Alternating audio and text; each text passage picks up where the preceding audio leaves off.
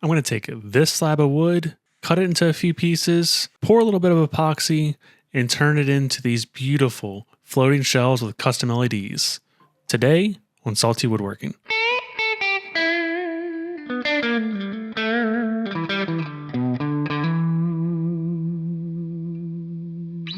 Now, I'll be honest here, I had simpler plans for this project. But when I went to my local lumber supplier, Riverside Lumber, I seen this slab of Amberosa maple and I just had to pick it up and make these shelves. I've actually never worked with a live edge slab before, so this entire project was new to me. Of course, working with live edge slabs, you have a lot more challenges than what you do with normal dimensional lumber, but I think the end result pays for itself. So I'm going to go ahead and get started, take out my track saw, and cut these pieces down into some more manageable sizes. We're not going to go straight to the final dimensions yet, but just pretty close, so it's a little bit easier to work with.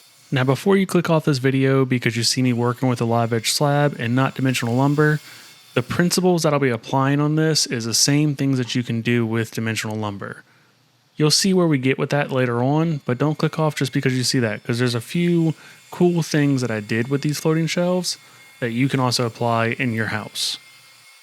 Anyways, since this is a live edge slab, I need to go ahead and create a straight line so I have something that I can reference to make this thing square. So what I'm doing here is using my track saw to make that straight edge. So now whenever I go to the miter saw, I have a straight line to reference off of.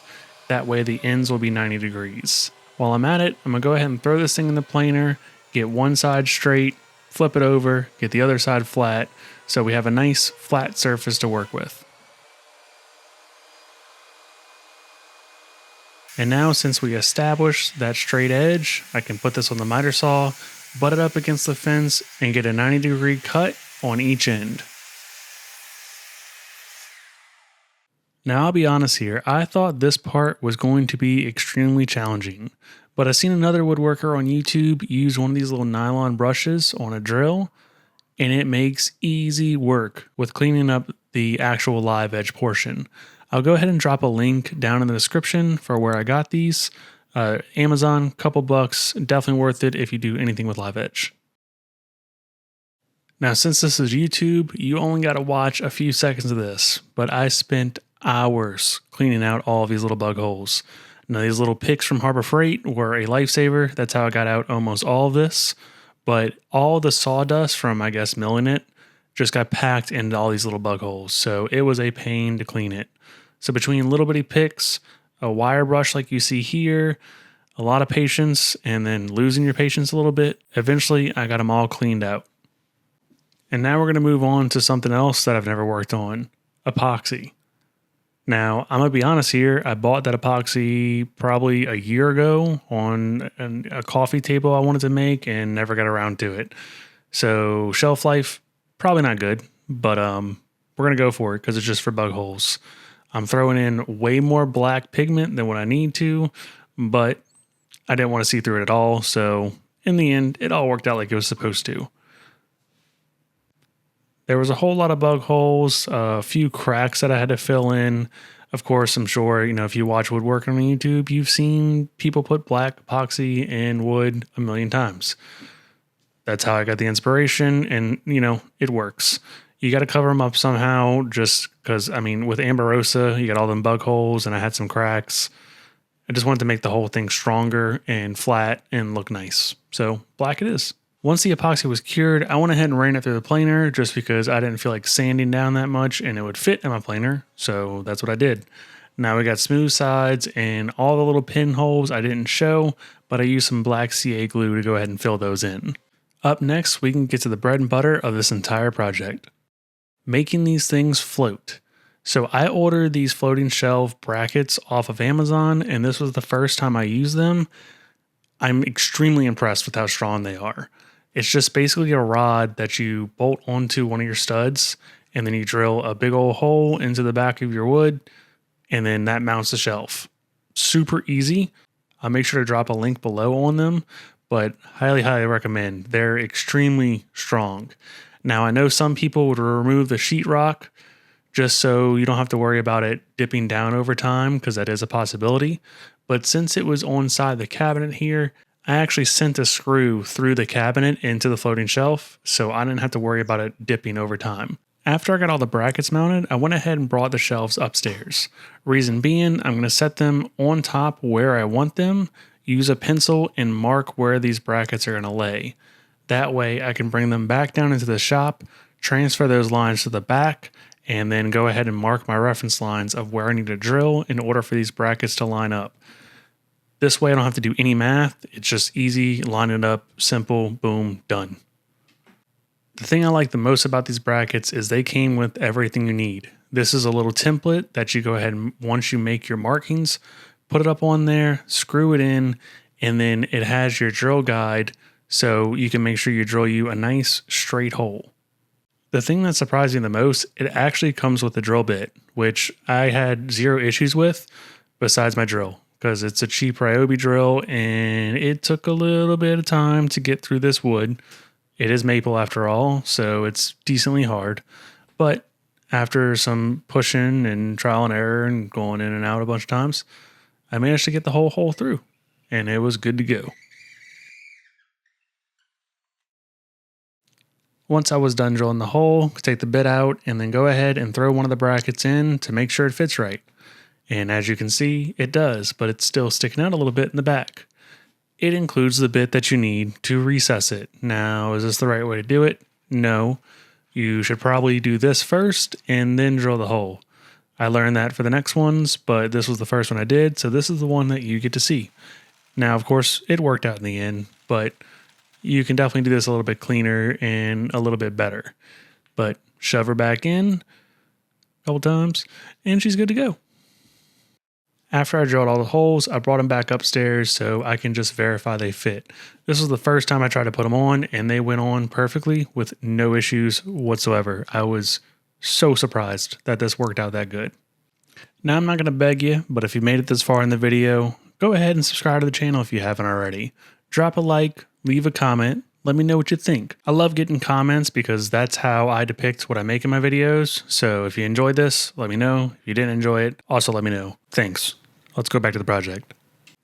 Now what I'm doing here is cutting the slot for the LED channel. It's a diffuser channel that I bet you can't guess where I got it from. If you guessed Amazon, you're correct, just like where everything else for this project came from, besides the wood. But anyways, besides the point. Cutting the slot with a router. Easiest way I found to do it, use a track saw, I 3D printed a little bracket, make the cut, boom, bang, good to go. After that, take the chisel, square off the corners, and she is good to go. Now, where you want to put the slot on your shelf, that's totally up to you. I kind of went a little bit towards the front just because I didn't want it too far to the back. If you put it too far to the back, sometimes it brightens up that area of the wall a little bit too much, where I've noticed whenever you bring stuff to the front, anything that you have on the shelf, it'll illuminate.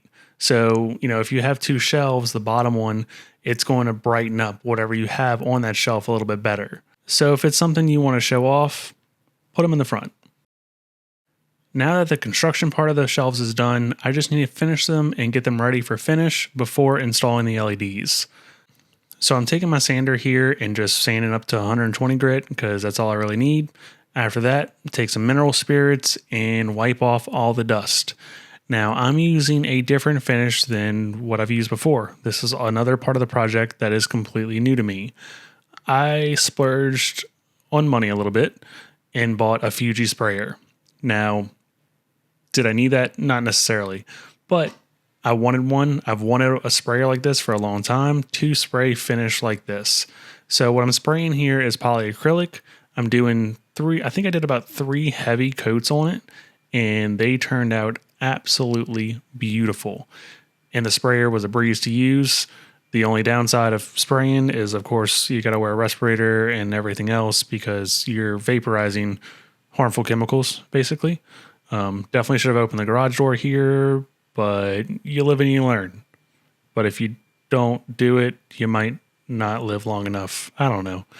They look great, though. They turned out great. The black highlights real well. I mean, just look at them. They turned out beautiful. And I did a couple coats, sanded in between, so they're nice and smooth. But now we can move on to the LEDs. I will be using WLED for this project. Now, that is a whole can of worms that you kind of need to research on your own as far as using WLED. But the strips that I'm using here are from BTF Lighting. They are their SK6812 LED strips. Reason I like these is because they have an extra chip that is just for the white color. So you get more of a true white instead of that bluish hue that you get from other LED strips. Now, pro tip when it comes to buying LED strips, you can buy them on Amazon, but if you can wait, order them off of AliExpress. You'll pay like less than 50% of what Amazon has them for. Just they take like a month or so to come in. So usually I order in bulk because I do a lot of stuff with LEDs. Just pro tip. Now I'm gonna go ahead and pause the video here. I know I'm gonna get a ton of questions about wiring. Now, I am no professional whenever it comes to wiring this stuff up, so I'm going to give you a very brief understanding and then direct you to a channel that can break all this down very in depth for you. Now, this is going to seem a lot more in depth than what it actually is. It's really not that hard, but I use a program called WLED for all of my LED lights in my house. Reason being, I can control them all on Wi-Fi. And then you can also use these strips that are individually addressable and make them do tons of cool things. But let me briefly break down how the wiring works. Now, there's really only 3 things that you actually need, and one of them is interchangeable. The one that is interchangeable is what you use to control your LEDs. Now, I use an ESP32, which you can program to put WLED on, which the YouTube channel I'm going to show you goes super in depth with ESP32, or you can use a already pre-made board that has WLED on it and use it that way. You need that, your LED strip, and a 5-volt power supply if you're using 5-volt LED strips, which is what I'm using here. Now, these pictures might have scared you a little bit, but the wiring is extremely simple. You have a positive, a ground, and a data cable. That's it. You got a red, a black, and a green. Now, I'm going to link you a YouTube channel down in the description to a guy that I learned everything from. His name is Chris Mayer, and he is very, very smart and knowledgeable when it comes to WLED. If you actually want to learn how to use WLED, check out his channel and go learn. It's worth it if you use Home Assistant or want to control everything over Wi-Fi.